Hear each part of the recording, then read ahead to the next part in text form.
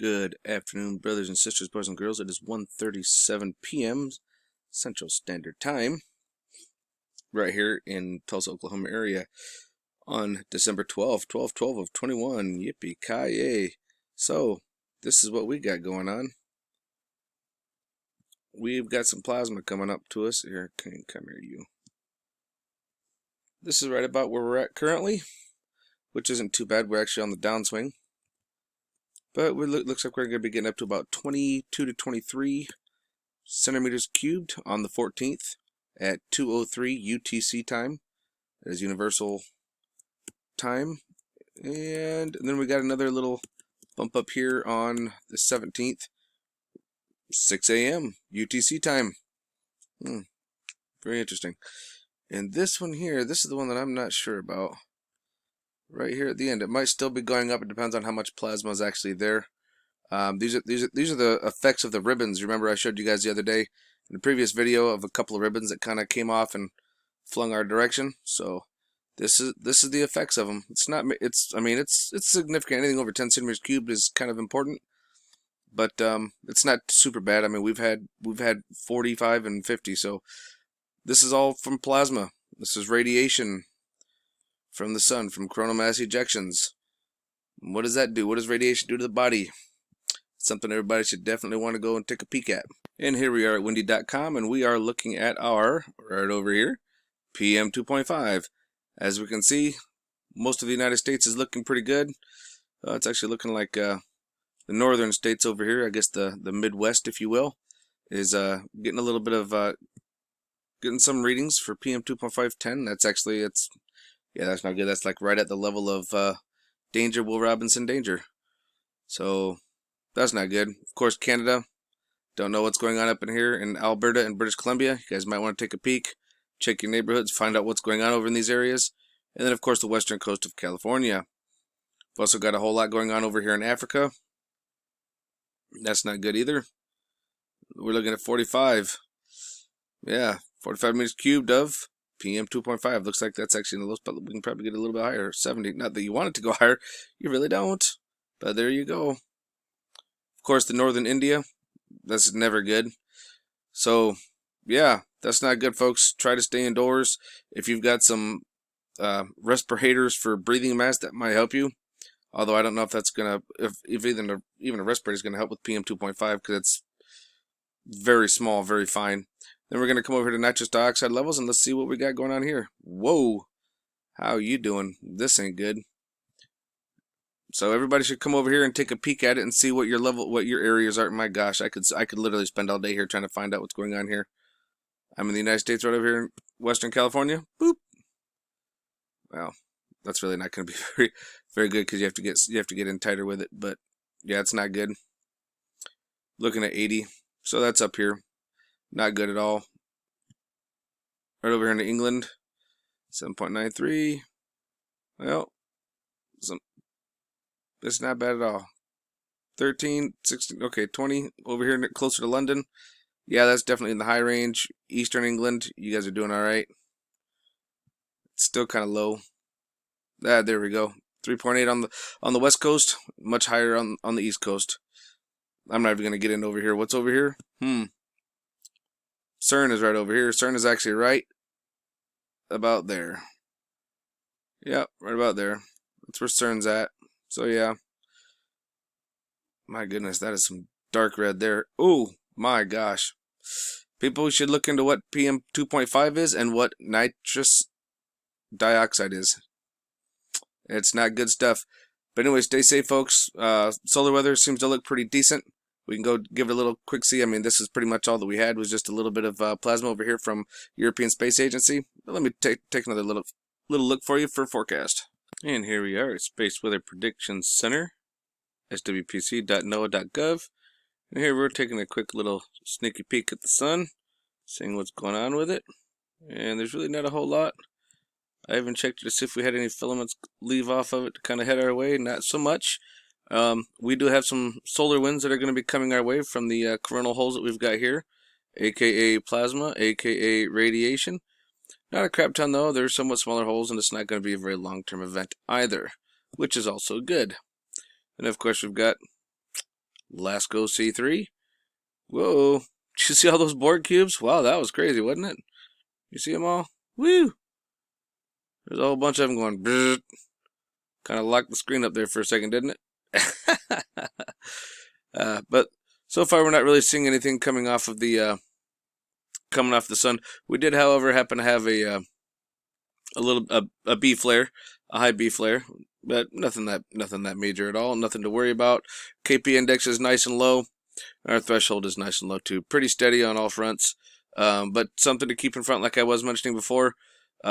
We were down here into the A's for our baseline, and as you can see, we're starting to come up into the high A's, and we're going to be coming up into the B's. So, in the higher we come up in our baseline, the higher we are going to have for larger flares. And then this right here is our aurora. So this is giving us a nice little picture of how things are going to look for the next few days.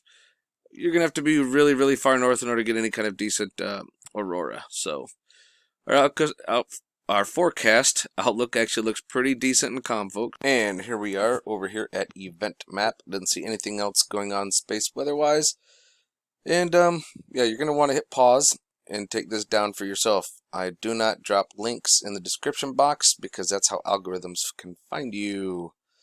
And you could wind up getting canceled, and I don't want that. So that's the reason why I don't drop links in the description box, folks. But take a look at this right here. See this right on the corner? Let's kind of pop here. Texas, Mexico. What is that? Uh-oh. Chickenpox outbreak at Ciudad Juarez Migrant Shelter. I can already see them wanting to push out vaccine. Oh, everyone's got to get another vaccine. Great. Also, take a look over here. Do you guys see this? You know what this is right here? This big thing. Follow the arrow. See how big that is? Yeah, that is called Wawa Springs Caldera.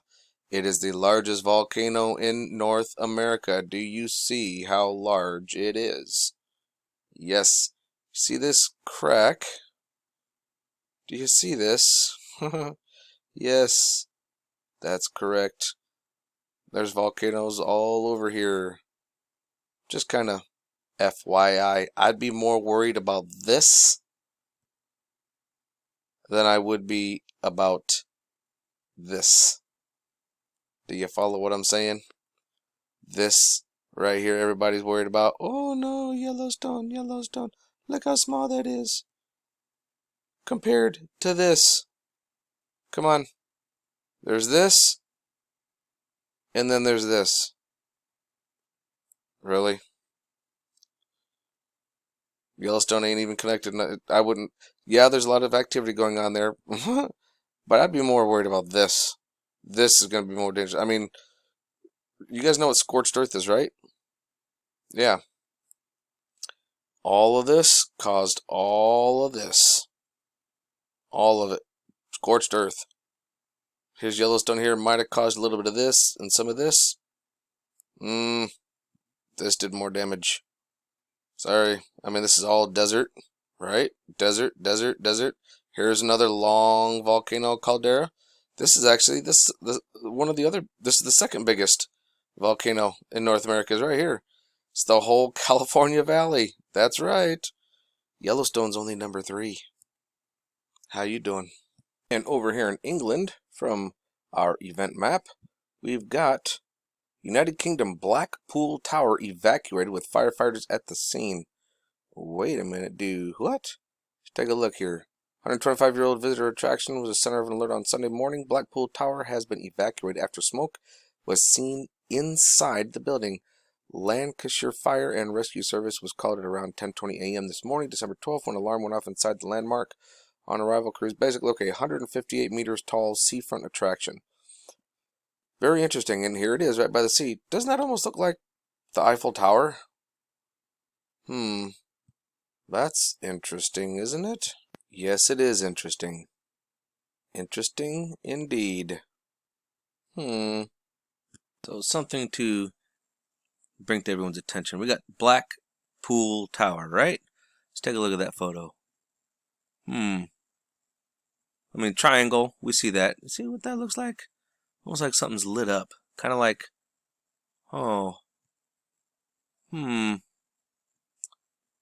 very interesting. 2 towers.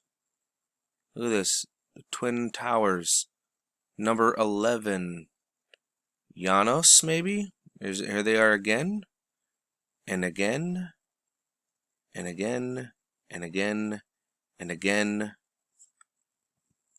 Look at that. Everywhere. It's a little contribution.